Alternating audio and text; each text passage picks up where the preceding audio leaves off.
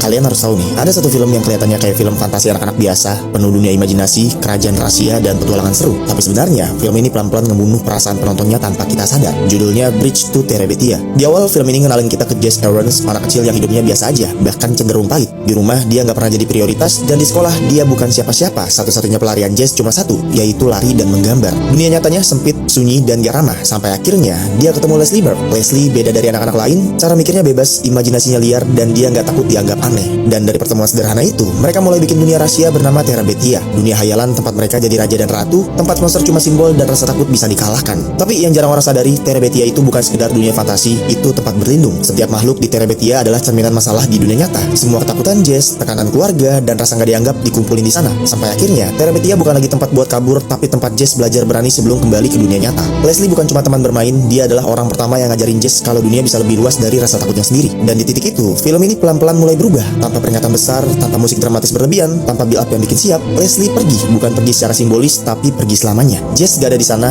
dan justru itu yang bikin semuanya makin kejam. Dia gak dapat kesempatan pamit, gak dapat penjelasan, bahkan gak dapat penutup. Yang tersisa cuma satu hal aja nih, yaitu rasa bersalah. Di momen itu, Terabithia runtuh. Dunia fantasi yang selama ini jadi tempat aman, tiba-tiba gak punya arti apa-apa. Karena orang yang bikin dunia itu hidup udah gak ada. Dan disinilah inti film ini sebenarnya. Bridge to Terabithia bukan film tentang dunia hayalan, ini film tentang anak kecil yang dipaksa dewasa terlalu cepat. Tentang bagaimana kehilangan orang terdekat bisa merusak cara kita melihat dunia. Tentang rasa bersalah yang gak bisa dihapus cuma dengan kata itu bukan salahmu. Jess gak cuma kehilangan Leslie, dia kehilangan satu-satunya orang yang bikin dia berani hidup. Tapi pelan-pelan, film ini nunjukin sesuatu yang pahit tapi jujur. Terabithia memang lahir dari Leslie, tapi Jess yang harus melanjutkannya nih, bukan sebagai pelarian tapi sebagai warisan. Karena pada akhirnya, Terabithia bukan tempat untuk lari dari kenyataan, tapi jembatan untuk menerima kenyataan. Dan mungkin itulah kenapa film ini begitu membekas, karena dia nggak ngajarin kita cara menghindari rasa sakit, tapi ngajarin kita cara hidup dengan rasa sakit itu.